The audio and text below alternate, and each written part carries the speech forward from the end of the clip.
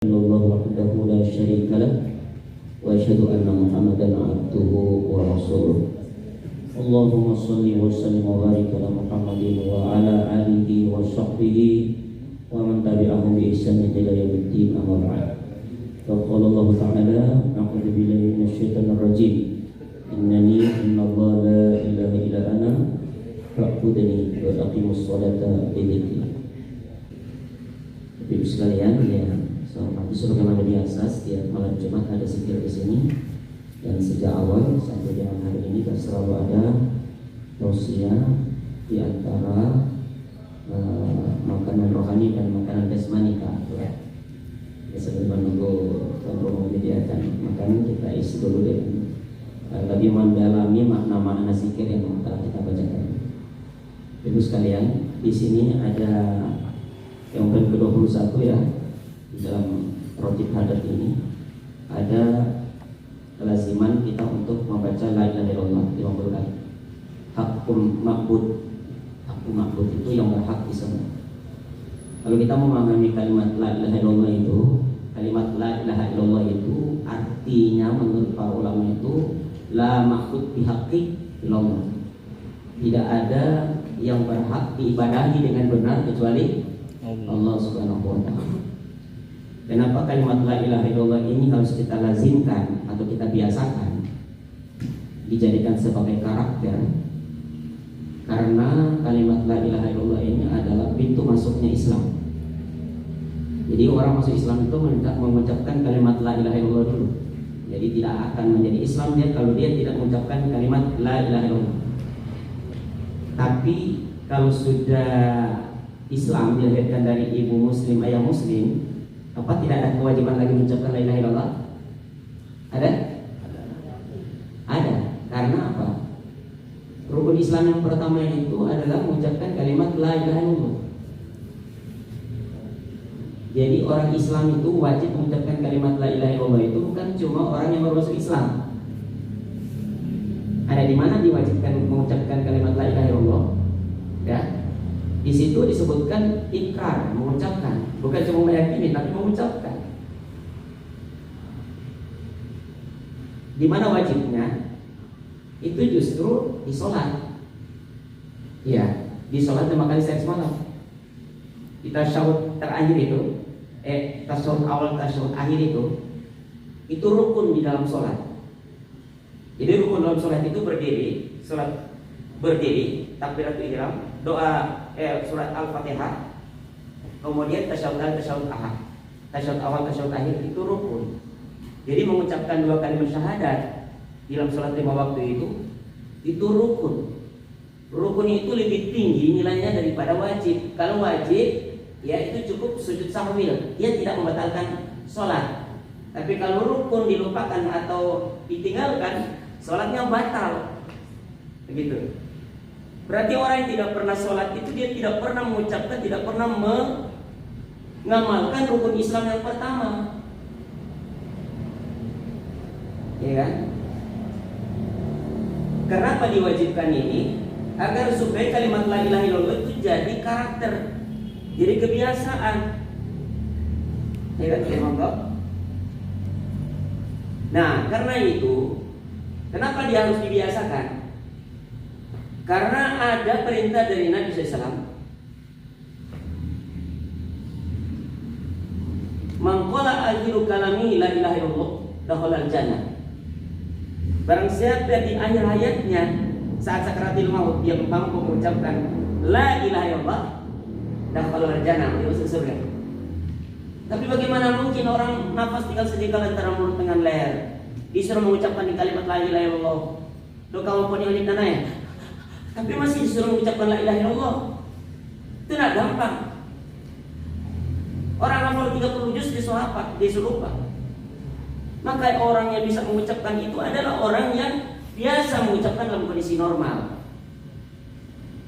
Maka dalam kondisi normal itu sholat 5 waktu itu dilaksanakan dalam kondisi normal, baik dalam keadaan capek, baik dalam keadaan letih, bahkan sakit keras pun, selama akalnya masih berfungsi, wajib melaksanakan sholat 5 waktu sehari semalam. Kenapa? Karena agar supaya kalimat tauhid la ilaha illallah ini dapat dibaca di tasyahud awal, tasyahud akhir. Bapak yang dihormati karena Allah Subhanahu wa taala. Karena itu, mengapa kata Nabi SAW, apabila kamu terkejut di hadis di hadis Bukhari Muslim itu disebutkan, apabila kamu terkejut maka ucapkanlah la ilaha illallah. Mudah Mas mengucapkan la ilaha illallah saat terkejut. Saat terkejut itu saat tidak normal itu. Tapi masih disuruh mengucapkan la ilaha illallah. Ya kan? Contoh orang tapalanteng misalnya. Yang dia ucapkan adalah kalimat-kalimat yang dia ucapkan dalam kondisi normal. Kalau orang pakau ini, marlengana, cukurungan ngana. Maka saat dia terkejut, dia ucapkan juga cukurungan. Kenapa? Jadi kebiasaan. Jadi Mas boleh tes. Sementara orang saya kali itu bilang astagfirullah, saya yakin saat sakaratul maut dia mampu mengucapkan la ilaha illallah. Karena saat sakaratul maut itu kondisi darurat itu. Kondisi abnormal. Kondisi tidak normal maksudnya. Makanya la ilaha illallah ini harus dibiasakan saat senang, saat susah, saat sempit, saat lapang. Begitu. Bahkan kata Nabi SAW, barang siapa yang berwudu dengan sempurna sebagaimana wudunya Nabi SAW, lalu sesudah itu dia berdoa sesudah wudu, asyhadu an la ilaha illallah wahdahu la syarikalah wa asyhadu anna Muhammadan abduhu wa rasuluh, Allahumma ja'alni minat tawwabin wa ja'alni minal mutatahhirin. Maka Allah Subhanahu wa taala akan hapuskan dosa-dosanya. Di doa itu ada kalimat tasyahud, asyhadu an la ilaha illallah.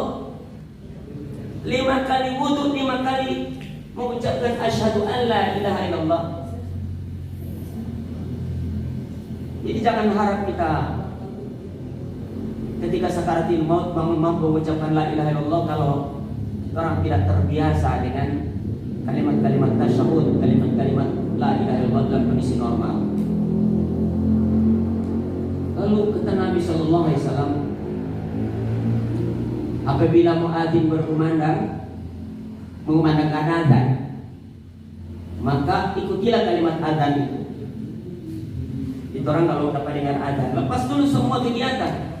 Sementara bahagia lepas, dengarkan lalu ikuti. Allahu Akbar, Allahu Akbar, Allahu Akbar, Allah. Asyhadu an la ilaha illallah, asyhadu an la ilaha illallah, asyhadu an la ilaha illallah, asyhadu an la ilaha illallah. Akhir azan itu kalimat la ilaha illallah. Di dalam azan itu kita mengikuti 5 kali tasyahud, 15 kali. Dalam satu azan 3 kali, kali 5, 15. Apa pahala yang diberikan oleh Allah Subhanahu wa taala orang yang mendengarkan azan itu? Pertama, dihapuskan dosa-dosanya. Yang kedua, Allah memberikan syafaat kepadanya. Dan yang ketiga, Allah Subhanahu wa taala akan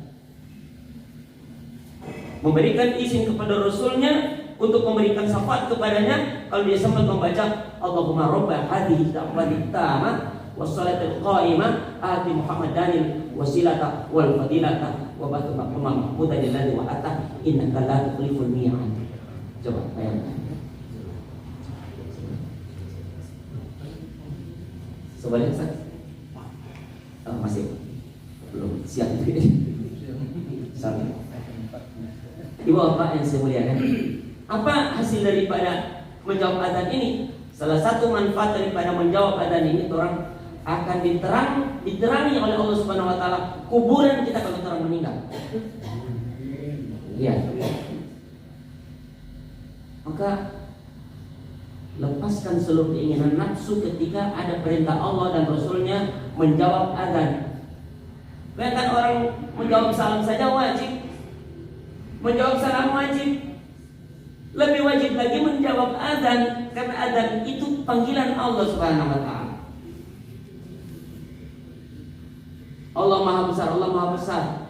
Tiada Tuhan yang berhak ibadah dengan benar kecuali Allah. Muhammad adalah Rasulnya. Hayya ala sholat, mari melaksanakan sholat. Kita jawab la haula wala quwwata illa billah. tidak ada daya dan kekuatan kecuali dengan kekuatan Allah Subhanahu wa taala. Jadi kita tidak memiliki kekuatan apa-apa melaksanakan sholat kalau tidak ada kekuatan dari Allah Subhanahu wa taala. Makanya menjawab hayya 'alas shalah hayya 'alal falah, la haula wala quwwata illa billah. Itulah orang yang bertawakal. Apa ganjaran orang yang bertawakal itu? Dia masuk dalam 70.000 umat Islam yang tidak akan dihisab pada hari kiamat.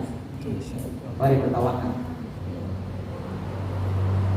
Masya Allah, besar pahala. Lalu, oh ibu sekalian, 9 kali kita tasyahud awal tasyahud akhir dalam sholat.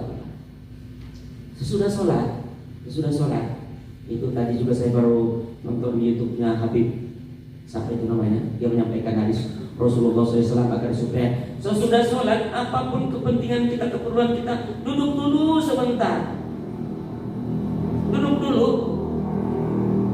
karena ada perintah wirid di dalamnya. Barang siapa kata Nabi sesudah sholat mengucapkan istighfar 3 kali, ya, istighfar 3 kali. Ini adalah zikir muqayyad, zikir yang terikat dengan waktu, terikat dengan tempat, terikat dengan cara, terikat dengan bacaan. Nabi itu kalau mau zikir sesudah sholat 5 waktu, wirid, itu dia cuma baca astagfirullahaladzim, astagfirullahaladzim, astagfirullahaladzim 3 kali. Dia baca Allahumma antas salam wa minkas salam. Kemudian dia baca Allahumma la mani'a lima a'taita wa la mu'tiya lima mana'ta wa la yanfa'u dzal jaddi minkal jadd. Kalau dia baca dengan kalimat la ilaha illallah wahdahu la syarikalah lahul mulku wa lahul hamdu wa huwa ala kulli syai'in qadir. Di dalamnya ada kalimat la ilaha illallah. Kemudian baca subhanallah 33 kali, alhamdulillah 33 kali, Allahu akbar 33 kali. Kemudian genapkan 100 kali dengan kalimat la ilaha illallah wahdahu la syarikalah lahul mulku wa lahul hamdu wa huwa ala kulli syai'in qadir. 33 tambah 1 100 kali. Itu tuh kalimat la ilaha illallah wahdahu la syarikalah lahul mulku wa lahul hamdu wa huwa ala kulli syai'in qadir menjadi 100 kali. Maka kita bisa bayangkan apa kata Nabi sallallahu, Allah akan bangunkan dia rumah di surga, makhluk dia di surga. Asal laksanakan sesudah sholat. Habis itu dia berdoa sebebas-bebasnya, minta apa saja. Minta supaya suami jangan sampai poligami, minta istri tetap setia, melayani, begitu seterusnya. Misalnya supaya diberikan kemudahan dalam melaksanakan tugas keseharian. Apalagi ini Pak Lurah, Pak Suasana juga baru terpilih, ya, Masya Allah, ya. Ini kemenangan merupakan karunia dan taufik dari Allah Subhanahu wa taala. Tapi perlu kita ingat, terang mesti bantu terang pemerintah, mulai dari wali kota, wali presiden sampai lurah, ya. Kenapa? Karena baik sekalian, orang bilang jadi pejabat itu senang, nggak bikin senang, Bu. Karena Umar bin Khattab itu pernah menangis karena dia dilaporkan ada di satu jalan itu kaki anjing patah. Kalau dia menangis, apa Umar bilang? Ya Allah, aku mohon ampun kepadamu ya Allah, karena tidak ada satupun yang celaka di jalan itu. Bayangkan, karena aku tidak memperbaiki jalan. Begitu. Jadi anjing patah DP kaki itu ditanya oleh Allah Subhanahu wa taala pasangan. Bukan cuma urusan manusia. Dan itu orang harus membantu pemerintah untuk selalu mendoakan. Mendoakan pemerintah itu jangan nanti di muka-muka pemerintah, jangan di muka pemerintah. Ya Allah, berikanlah apa segala macam kepada pemerintah kami.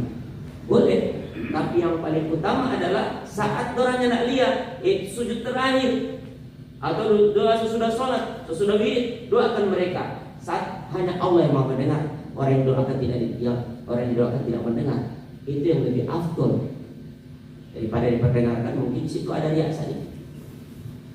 Allah a'lam bishawab. Din wal hadirat yang saya muliakan Allah Subhanahu wa taala. Karena itu ada zikir-zikir muqayyad, yaitu zikir-zikir yang terikat dengan waktu, tempat, syarat dan sebagainya. Dan ada zikir mutlak, yaitu kapan saja, termasuk pada malam Jumat seperti ini.